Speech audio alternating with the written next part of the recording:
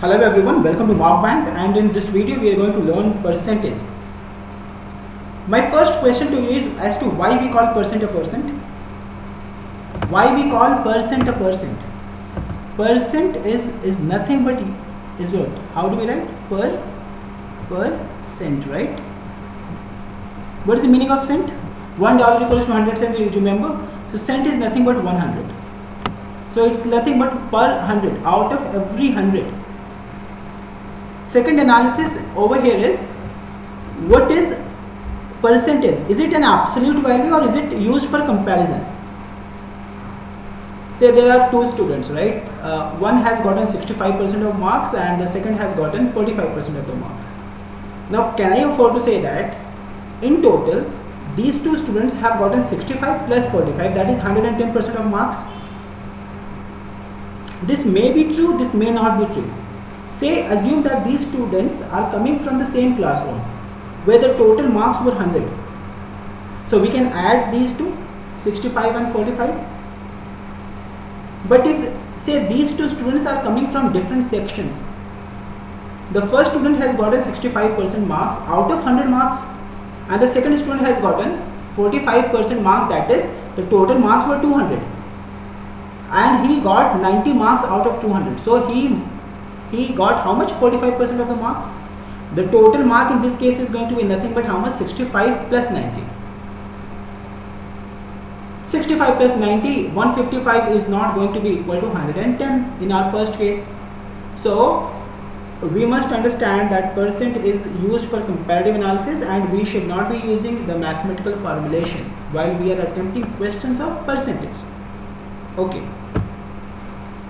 Now you understood that this is used only for comparative analysis. It is not an absolute value. Now let us go ahead. I am going to throw two values onto you. You need to tell me which is more, right? And I am very sure that there is a probability of 0.8 that you will be wrong. So watch this question very carefully. So my first value is 4% of 343 and second value is 343% of 4. Which is more?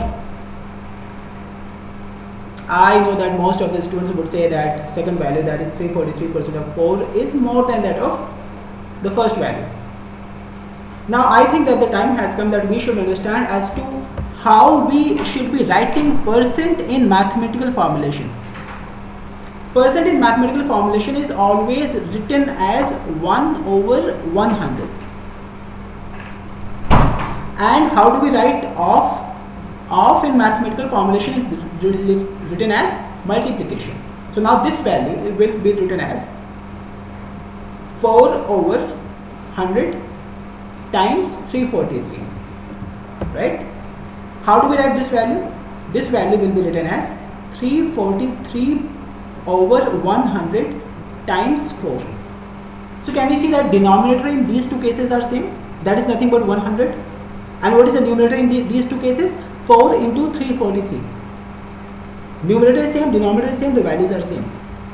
So what did we learn out of this particular question is, whenever it is written as A% of B, that is going to be equal to B% of A. You must always remember this. I hope you are getting what I am talking about. Now in our second case, let us assume another problem. Say I'm saying that 4% of A and say 6% of A. Now which one is more? Based on our learning, we will say that percentage is written as what? 1 over 100. Off is written as multiplication. So this is 4 over 100 times A and this is going to be 6 over 100 times A. Which is more? You will say that second is more than that of the first one. But can you see that while you are saying that second is more than 1, are you not assuming that A is positive? Do we know what is the sign of A? A is a variable over here and the sign of A is not given to you. So when A is a positive value, yeah, for sure 2 is going to be more than that of the 1. But if A is a negative value, can you appreciate that this relationship is going to be what? Vice versa. Now 1 will be more than that of 2. I hope you're getting it. Now let me throw another question onto you. You need to write these values in increasing order. Okay, so the first value is 6% of 10% of 284, and the second value is what? 10% of 284% of 6. So can you see what is the denominator in all the cases? Denominator, the number of times you write percent is going to be your denominator. 1 over 100 from the first one, and from the second one it is coming out as another 1 over 100. So in both of the cases our denominator is going to be nothing but 10,000, right? Numerator in this case is what? 6 into 10 into 84, 284, and in this case numerator is 10 into 284 into 6. So 1 is nothing but equal to 2. Now I'm gonna throw another value onto you. My third value is 6% of 5% of 568, and my fourth value is 3% of 20% of 284. Can you appreciate that in these cases as well denominator will be 1 upon 10,000? Because how many times we are writing percentage? We are writing 2 times. So in denominator it will be what? 1 upon 100, 100 and 100, 2 times 100 would come in denominator, right? Numerator in this case as well will be, in this case the numerator will be 6 into 5 into 568, and in this case denominator is going to be 3 times 20 times 284. Now can you appreciate that still numerator is same? 6 into 10 into 284, or you write 6 into 5 into 568, both of them are same.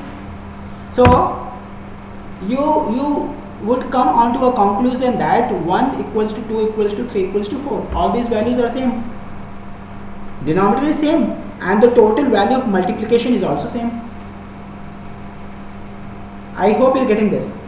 In the next video we are going to talk about AB formula. AB formula is used for successive percentile changes. We will learn, if say there is a shop that is giving you 50% plus 40% discount, what exactly is the total discount that you are being offered from the shop. But that is there in the second video. Thank you for watching this video. If you got any doubt, any query, please write us at the faculty@mobmind.com. Thank you for watching this video. Bye bye and take care.